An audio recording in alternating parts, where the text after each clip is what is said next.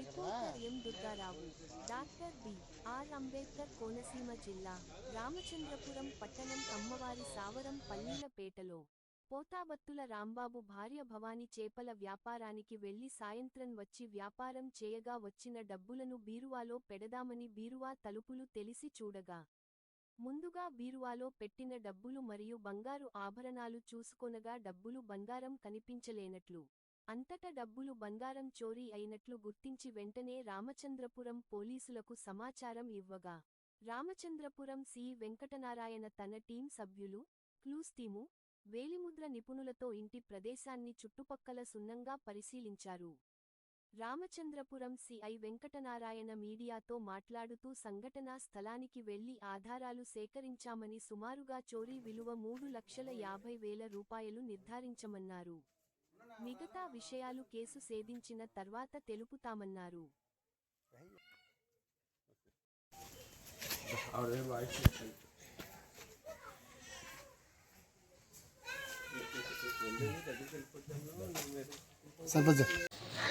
నా పేరు పోతాబత్తుల భవానీ అండి. అది కమ్మవారి సావరం పల్లీలపేట. నేను మొన్న ఆదివారం మొన్న సోమవారం సాయంత్రం మా అమ్మగారి ఇంటి కాడి నుంచి వచ్చి నలకోసలో 23,000 డబ్బు బీరువాలో పెట్టాను. నేను పెట్టి నలకోసలు గట్ట తీసి లగ్లేసి దాంట్లో పెట్టేటప్పటికి అందులో ఉన్నాయండి వస్తువులు. మళ్ళీ నిన్న సాయంత్రం లైన్కి వెళ్ళి వచ్చిన తర్వాత సాయంత్రం ఈ డబ్బులు కూడా చిరు చేపల డబ్బులు అవి కలిపిచ్చేద్దాం, అవి ఒక దుక్కుని పెట్టానేసి అనేటప్పటికి అవి బీరువా తను తీసి చూసేటప్పటికి ముందెట్టిన డబ్బులు లేవండి, ఎదుకుంటానే పెట్టాను. ఆ డబ్బులు లేవని అవన్నీ నెలుకునేటప్పటికి వస్తువులు కూడా లేకుండా అయిపోయినాయండి. ఏమీ లేవండి, వస్తువులు కూడా అట్టుకెళ్ళిపోయాయి. వస్తువులు 40,000 ఉంటుందండి. తాళం బద్దలు కొట్టలేదండి, ఎలా ఉన్న తాళం అలాగే వేసేసి మళ్ళీ తీసేసుకుని ఎలా పర్సలు గట్ట అయితే అటు ఇటు జల్లేసినట్టు ఉన్నాయండి. లోపలే ఈ డబ్బులు బంగారం మట్టికి తీసేసుకున్నారండి. ఎలా ఉన్న తాళాలు అన్నీ అలా వేసేసి ఎలా పెట్టేసారు, ఎలా ఉన్నది అలా పెట్టేశారు. తలుపులు కూడా తాళాలు వేసేసారండి. ఎవరి మీద అనుమానం ఉందండి మీకు? మేము ఎవరి మీద అనుమానం అంటే మేము పొద్దున్న వెళ్ళిపోతాం, సాయంత్రం వస్తామండి. ఎవరు ఉంటారు మాకు ఏం తెలుస్తుందండి. ఇంటికాడ పిల్లలు కూడా ఉంటారండి, కాలేజీకి వెళ్ళిపోతారు. ఏ ఊర్లో చేస్తారండి వ్యాపారం మీరు? మాది ఇక్కడండి మన మార్కెట్ సెంటర్. మార్కెట్లోనే చేస్తూ ఉంటారు. అంత డబ్బు దేనికి ఉందమ్మా మీ దగ్గర?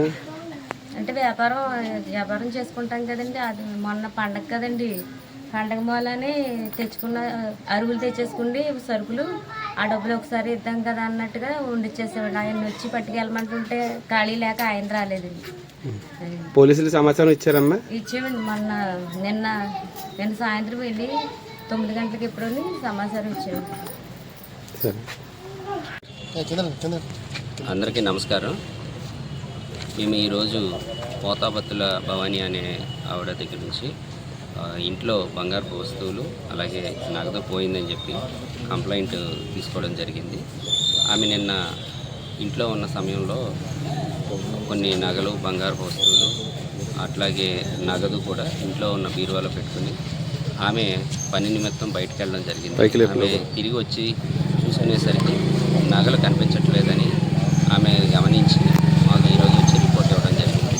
దాని మీద ఉదయం డాగ్ స్క్వాడ్ని అట్లాగే మా క్లూస్ టీమ్ని పిలిపించి అక్కడంతా క్షుణ్ణంగా పరిశీలించడం జరిగింది. క్లూస్ టీమ్ కొన్ని ఫింగర్ ప్రింట్స్ కూడా కలెక్ట్ చేసుకోవడం జరిగింది. వాళ్ళు ఆ క్లూస్ టీమ్తో వచ్చిన ఫింగర్ ప్రింట్స్ని వెరిఫికేషన్ చేస్తూ ఉన్నారు. అవి వచ్చిన తర్వాత మేము ఈ కేసులో నిందితుడిని గుర్తించి వారి నగలు వచ్చే విధంగా ప్రయత్నం చేస్తాం. Thank you. సుమారు విలువ 3,50,000 చిల్లర వరకు ఉండొచ్చు వారు చెప్తున్న దాని ప్రకారం. వివరాలు